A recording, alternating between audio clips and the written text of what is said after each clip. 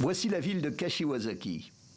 Ici, un tremblement de terre en 2007 avait fait 11 morts et quelques incidents.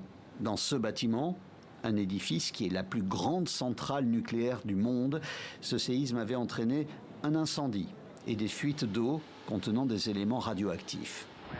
À 200 km de là, 4 ans plus tard, la catastrophe de Fukushima.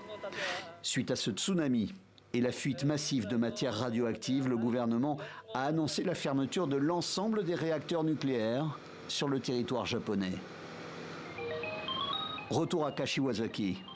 La plus grande centrale va donc être relancée, comme 14 autres réacteurs dans le pays. De nombreux habitants, ici même, ont fait part de leurs craintes, mais les autorités locales répètent, ces jours-ci, un élément de langage désormais bien rodé. Nous sommes persuadés que davantage de personnes soutiendront le redémarrage des centrales électriques lorsqu'elles prendront conscience de l'efficacité des mesures de sécurité et de prévention mises en place par le gouvernement.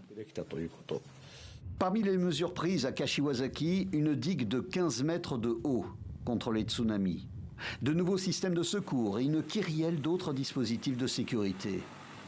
Et au niveau national, Tokyo a créé une autorité chargée d'effectuer des contrôles détaillés sur les installations nucléaires comme celle-ci. Une agence gouvernementale qui ne cesse d'alimenter les débats.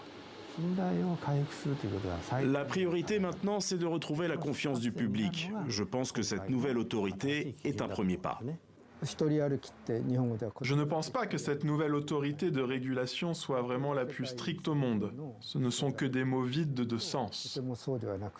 L'archipel a bien l'intention de faire des énergies renouvelables comme le nucléaire sa principale source d'électricité d'ici 2040.